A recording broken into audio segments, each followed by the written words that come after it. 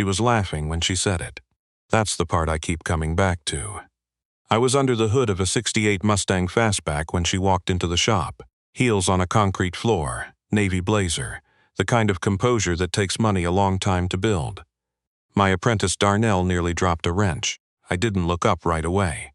I've learned that people who walk in looking like that either want something fast or want something free, and I wasn't in the mood for either. Her name was Claudette Fairbanks. She told me that herself, like it was supposed to mean something. I later found out it did. Fairbanks Capital. Commercial real estate on the eastern seaboard, a portfolio that included 3 hotels in Charleston and a mid-rise development outside Raleigh. She was 41, divorced once, ran her company like a general runs a campaign. Precise, forward-moving, never looking back. But that morning she was just a woman with a problem, and the problem was a 1969 Gibson ES-335 that hadn't made a sound in 11 years. I'm not a car mechanic. I want to be clear about that. I restore stringed instruments. Guitars, violins, a handful of mandolins over the years. My shop is on the eastern edge of Asheville, North Carolina, tucked between a picture framer and a Vietnamese sandwich place. The sign out front says Aldwick String Works. That's my name, Aldwick, though nobody calls me that. People call me Walt. My daughter Piper, who was 9 years old at the time and currently doing homework in the back room on a Tuesday afternoon, calls me Dad. Claudette had the guitar in a hard shell case that had seen better days. The latches were brass, the kind that required 2 hands and a specific angle of pressure to open. She set it on my counter and looked at me like I was about to disappoint her. I've taken it to 3 other people, she said. 2 of them told me to replace the electronics. 1 told me it wasn't worth restoring. I didn't say anything. I opened the case. The guitar inside was sunburst finish, the red fading toward amber at the body's edge in the way that only happens with age and light. The binding was intact. Both pickups were original. I could tell by the bobbins, by the slight asymmetry in the winding that machine production never quite replicates.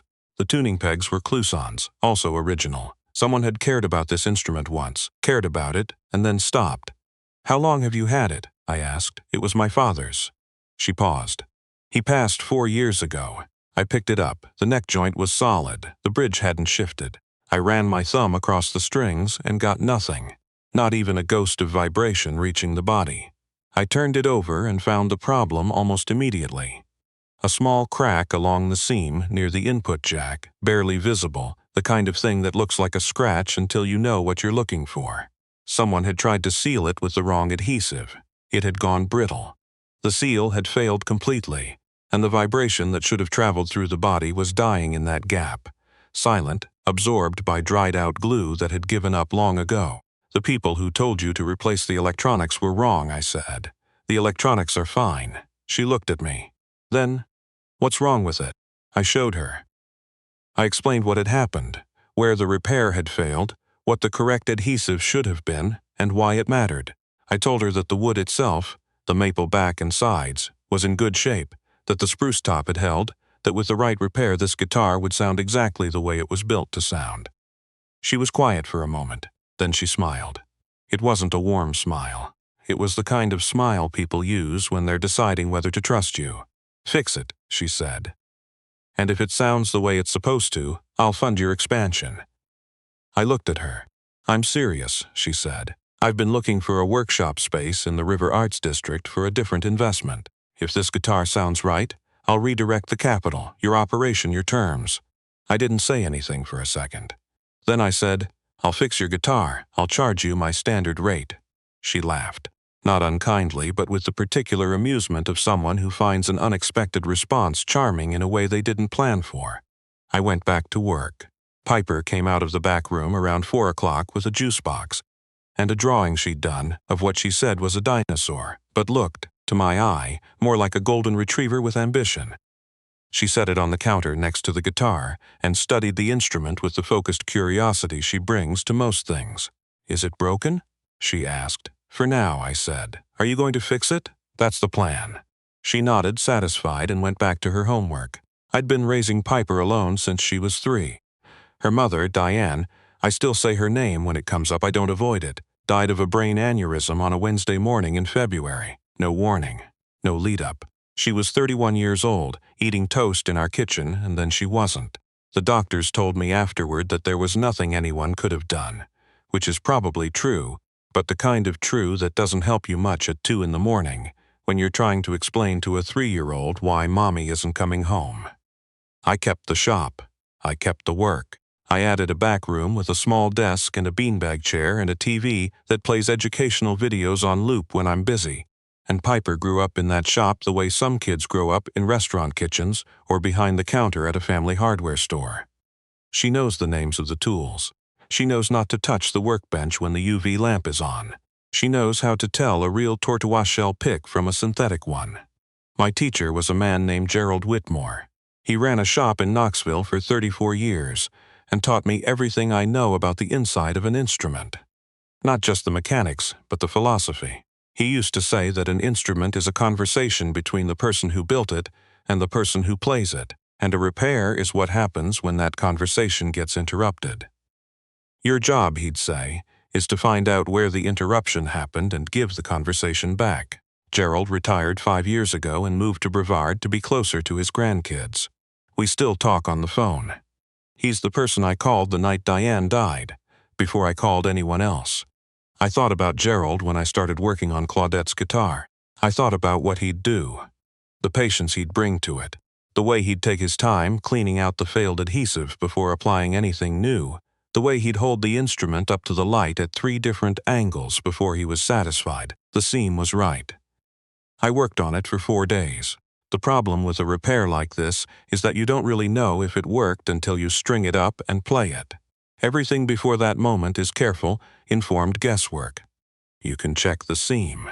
You can check the alignment. You can confirm the repair is clean and the adhesive has cured correctly and the wood hasn't shifted. But the sound, whether the body has recovered its voice, that you only know when you press your fingers to the strings. I put fresh strings on it on a Friday morning, before Piper was up. She sleeps late on Fridays because her school starts at 9:30 on that day. Some kind of professional development schedule that I've never fully understood but have come to appreciate. I tuned it slowly, by ear first, then with a clip-on tuner to confirm. I let it sit for 20 minutes the way Gerald taught me, to let the tension settle and the wood adjust. Then I played it. I'm not a performer. I play enough to test my work. A few chord shapes, some finger-picking patterns, the kind of playing that lets you hear what a guitar is actually doing rather than what you want it to do. The first chord I played on that ES-335 was a G, and the sound that came out of it was warm, full, and old in the best possible way. Not the kind of old that means tired. The kind of old that means seasoned, earned. I sat with it for a few minutes. There was a clarity in the upper register that surprised me. The bridge pickup had a brightness that a lot of ES-335s from that era don't maintain. Usually something goes slightly off in the wiring, a ground shifts, a small corrosion happens somewhere in the chain. But this one had been stored well. Whoever had cared for it before the botched repair had been careful about humidity, about temperature. The guitar had been loved. I was still playing when Piper appeared in the doorway in her pajamas, hair sideways from sleep, holding the stuffed rabbit she's had since she was 2. "That sounds pretty," she said. "It does," I said. "Is it done?" "Almost."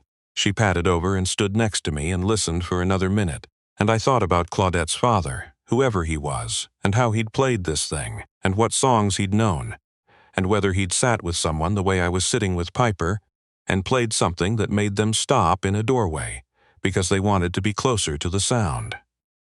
I called Claudette that afternoon. She came in the following Monday. Alone this time, no blazer, a simpler look, dark jeans and a light gray sweater, her hair down. She looked like a different person, less composed but more present, if that makes sense. She set her bag on a chair by the door and walked straight to the counter where the guitar was resting on a stand. She didn't pick it up right away. She looked at it. "Can I?" she finally said. "It's your guitar," I said. She picked it up the way people pick up something fragile. Carefully, 2 hands, weight distributed. She sat down on the stool I keep at the counter. She positioned the guitar on her lap, and I noticed that her left hand went to the neck with a familiarity that surprised me. She'd played before. Not recently, maybe, but once, and enough to remember where to put her fingers. She played an E minor chord. Just that. 1 chord, held. The sound filled the shop the way I knew it would, full and warm and real, coming up through the body and out into the air like something released. She didn't say anything for a while. Her jaw moved slightly, like she was trying to get control of something, and I looked away because I know what it means when someone needs a moment and doesn't want to be watched while they take it. My father played this every Sunday morning, she said. The same 3 songs. He never learned anything else. He said he didn't need to. I didn't say anything. I tried to have it repaired after he died. The person I took it to said he fixed it, charged me $800, and it was silent when I got it back. I didn't understand enough to know what he'd done wrong. He used the wrong adhesive, I said, and applied it under pressure before the crack was properly cleaned out. When it dried, it created a barrier instead of a bond. She looked at me. How long have you known that? Since about 2 minutes after I opened the case. Something shifted in her expression. Not quite a smile, more like a recalibration. Why didn't you lead with that? Because I wanted to understand what had been done before I told you it was done wrong. And because telling someone their instrument was mistreated before you fixed, it doesn't help anyone. She was quiet. Then, what do I owe you? I told her my rate. She looked at me for a second like she was waiting for a second number, then accepted it. And the offer, she said carefully. From the first day. That was your offer, I said. Not mine. I meant it. I know. But my shop is fine. I built it to be what I need it to be. She looked around at the walls, the instruments hanging in various states of repair, the shelves of tools and supplies, the drawings Piper had taped to the corner of my main workbench, the photo of Gerald I keep near the lamp. Who's that? She said, nodding at the photo. My teacher, Gerald Whitmore. He ran a shop in Knoxville. Does he still repair instruments? He retired, but I talk to him most weeks. She studied the photo for a moment. He taught you how to fix this. He taught me how to listen, I said. The fixing comes from that. She nodded slowly, like she was filing that away somewhere. I found out about the other repair, the one done badly for $800, in more detail about a week later when Claudette came back. Not because she needed anything. She said she was in the area and wanted to ask me something. I didn't entirely believe the "in the area" part. The shop isn't on the way to much of anything, but I let it go. The man who had taken her money and given her back a silent guitar had a name, which I won't use here, but which Claudette told me with the careful neutrality of someone who has decided to let information sit rather than act on it. He'd been referred to her by a mutual contact, presented as an expert, and had exploited the fact that she didn't know enough about instrument repair to evaluate his work. He'd charged premium rates for a repair that had almost certainly taken him 20 minutes. I'm not sure what I expected when I found out, she said. I thought I'd be angrier. You sound angry, I said. I'm angry that I didn't know enough to protect my father's things, she said. That's different. I thought about that. What do you want to do about it? I already did something about it. She paused. I made some calls. He has a professional association membership that requires documented client satisfaction. He won't have it much longer. I nodded. I want to make sure other people don't go through the same thing, she said. There's no real consumer protection framework for instrument restoration. People rely entirely on reputation and referral. That's true. I want to change that. I want to fund a certification program. She looked at me. I want to know if you'd be willing to help design it. I looked at her for a second. I'm not asking you to relocate or give up your shop, she said quickly. A consulting arrangement. Curriculum design. You know what good repair looks like from the inside. What skills, what knowledge, what ethics. I want to build something that holds people to that standard. I thought about Gerald, about what he'd given me, and how much of it had nothing to do with technique and everything to do with the way he believed the work deserved to be done. Let me think about it, I said. She accepted that. She picked up her bag and started toward the door, then stopped. Your daughter, she said. Is she here today? Back room, I said. She was drawing something when I came in last time. It looked like a dinosaur. She says it's a dinosaur. Claudette smiled. A different kind of smile than the first one, quieter, more genuine. Tell her I thought it was very good. I will, I said. She left. Through the front window, I watched her get into a dark blue car, not flashy, just good, and drive away. Piper appeared at my elbow. Who was that, she said. A client, I said. The guitar lady? Yeah. Piper thought about this. Did she like her guitar? She did. Good. She looked out the window where the car had been. She seemed nice. She did, I said, and I meant it. I called Gerald that evening. I told him about the job, about the guitar, about Claudette, and the offer and the certification program. He listened the way he always does, without interrupting, without hurrying me toward a point. When I finished, he was quiet for a moment. "What do you think you're going to do?" he said. "I think I'm going to say yes," I said. "About the certification program and the rest of it?" I knew what he meant. "I don't know yet." "That's honest," he said. "She said if the guitar sounded right, she'd fund my expansion." I told her no. And then she came back anyway. "People come back for a reason," Gerald said. "I know. Sometimes the reason is the guitar," he said. "And sometimes the guitar is just the beginning." I didn't say anything to that. Outside my window, Asheville was doing what it does in the early evening in spring. The light going long and golden, the mountains going blue in the distance, the street below my apartment filling with the sound of other people's ordinary lives. "How's Piper?" Gerald asked. "Good," I said. "She drew a dinosaur. She always draws dinosaurs. She says it's a phase." He laughed. Give her my best. I will." We talked for another 20 minutes about nothing important. The weather, a mandolin he was repairing for a neighbor, a documentary we'd both watched and had different opinions about. When I hung up, I felt the way I always feel after talking to Gerald. Like the ground is a little more solid than it was before. 3 weeks later, I said yes to the consulting arrangement. We met at a coffee shop on Lexington Avenue. Neutral ground, her suggestion, which I appreciated. She had a folder of preliminary research, a draft framework, a list of existing certification programs, in adjacent fields that she'd already studied. She was prepared in the way that people are prepared when they've been thinking about something for a long time and have finally decided to move on it. We talked for 2 hours. I told her what I knew, the gaps in how the industry trains people, the knowledge that gets passed down informally and then lost, the difference between someone who can execute a repair and someone who understands why the repair works. She listened and took notes and pushed back in the places where she thought I was being too conservative. And I pushed back on the places where she was moving too fast. And by the end of it, we had something that looked like the beginning of a real plan. Walking out, she said, "I owe you something. You're paying me for the consulting," I said. "I mean for the guitar." She paused on the sidewalk. "I haven't been able to put it down since I got it back. I've been relearning the songs my father played. The same 3 songs. How's it going?" "My fingertips hurt," she said. "That gets better." "I know. I remember."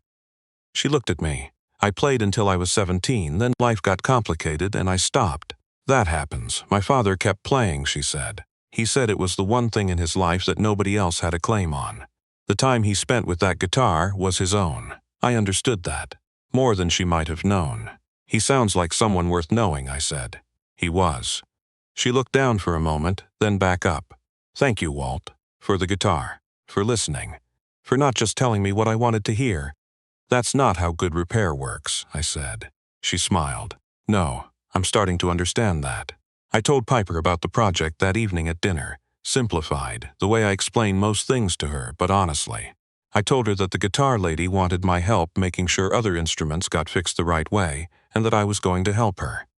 Piper ate her pasta and considered this, with the gravity she brings to anything involving what she calls fair. "So other people's things won't get broken?" she said. "That's the idea. Good," she said simply, and went back to her dinner. I looked at her. Her hair in 2 uneven pigtails, because she'd done them herself that morning. A smear of paint on her left wrist from an art project she hadn't fully told me about. The stuffed rabbit parked on the chair beside her like a guest who doesn't need to eat. She looked up and caught me looking. "What?" she said. "Nothing," I said.